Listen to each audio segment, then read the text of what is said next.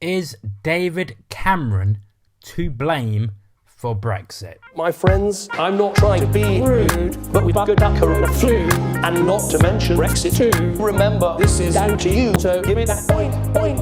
Hey everyone, welcome back to Just Jake. Do not forget to like, subscribe to the channel. Please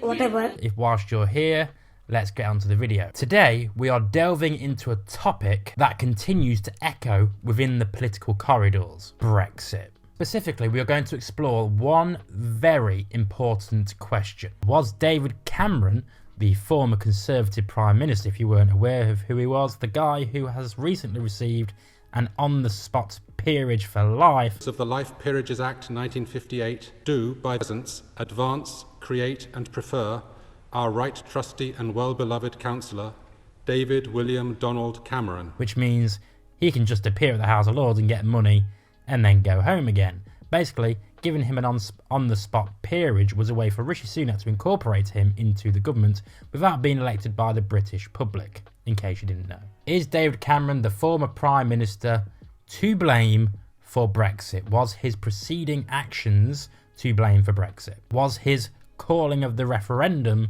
without any due diligence whatsoever to blame for Brexit? Was his negligence of inviting EU officials to campaign for Remain the cause for Brexit? All these different questions are what we're going to explore in our analysis of whether David Cameron was ultimately to blame for Brexit happening. Before the 2015 general election, remember from 2010 to 2015, David Cameron was part of a coalition government of which Nick Clegg, the guy who promised to scrap tuition fees and never did, even when he came into power, governed with Nick Clegg as his Deputy Prime Minister from 2010 until 2015. In 2015, he became sole UK Prime Minister. The Conservatives won the general election. And before that general election, he promised stability and strong government for the UK.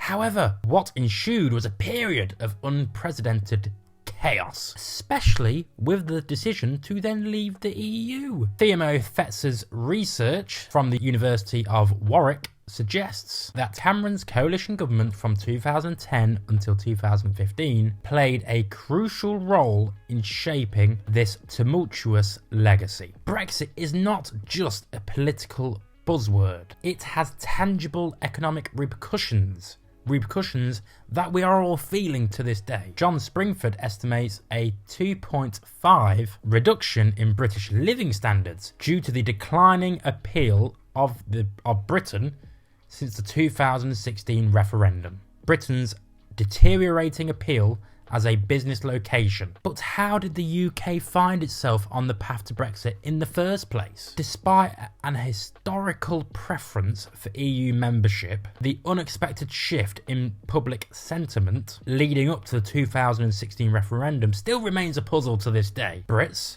who historically have always favoured EU membership, suddenly opted to leave. The demographics of voters in the 2016 referendum also paint a fascinating picture. Those who voted leave were often poorer, less educated, I'm talking about myself here, and older. The puzzle deepens as we ask, why did this particular demographic suddenly decide to leave? Maybe they were just a pocket of the electorate which never really voted until you shoved them into submission by launching Project Fear on them, and then they're like, no, you don't tell me what I do. You don't tell me what I do. I'm gonna vote to leave the EU. Maybe it's always just been EU remaining preferential people who have always voted in elections, and that's what they based it all off.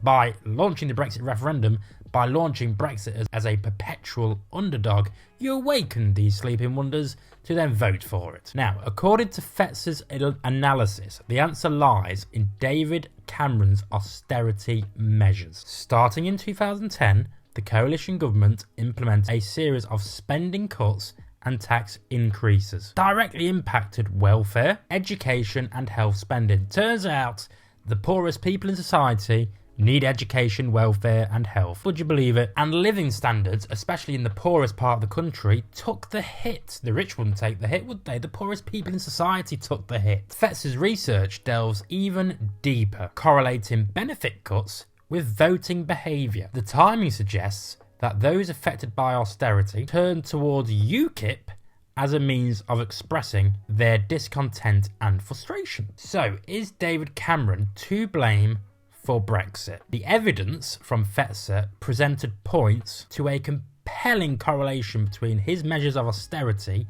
and people or their voting behaviours pointing towards voting Brexit. David Cameron was a guy who tried to get reforms from the EU so he could shove it to UKIP in the EU Parliament, because do not forget that UKIP, Nigel Farage, was a prominent force within the EU Parliament for years. And it was their popularity, their very small minority of populace, that threatened David Cameron. So David Cameron thought he would call this referendum, drain the swamp of UKIP effectively, like, ha ha ha, people voted to remain, so Nigel, go away. It was the wrong decision.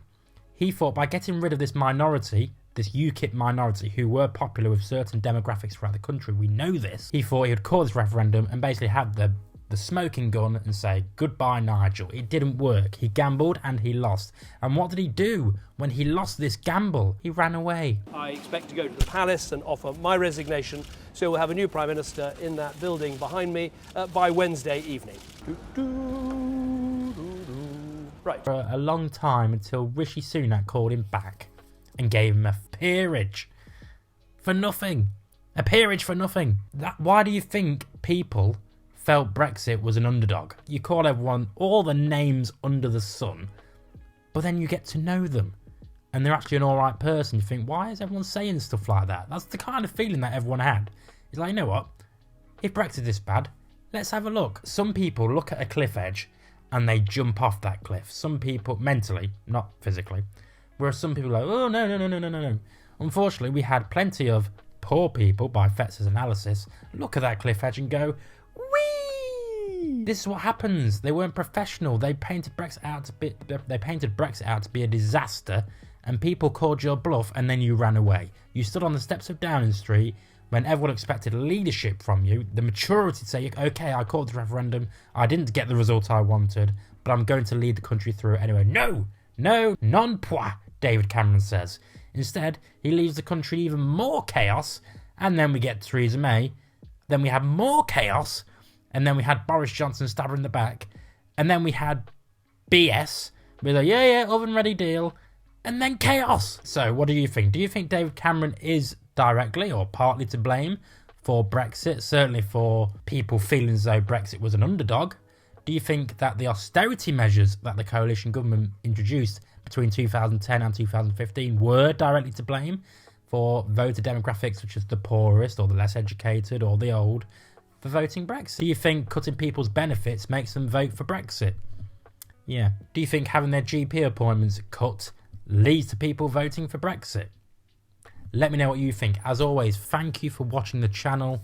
Like, share the video. It helps the channel grow immensely, and we have been growing immensely. Thank you very much. See you next time. Do not forget, make love, not war. Did you like the video? Then hit the subscribe button or watch some more videos. It helps me out with the YouTube algorithm and helps the channel grow. Thank you very much.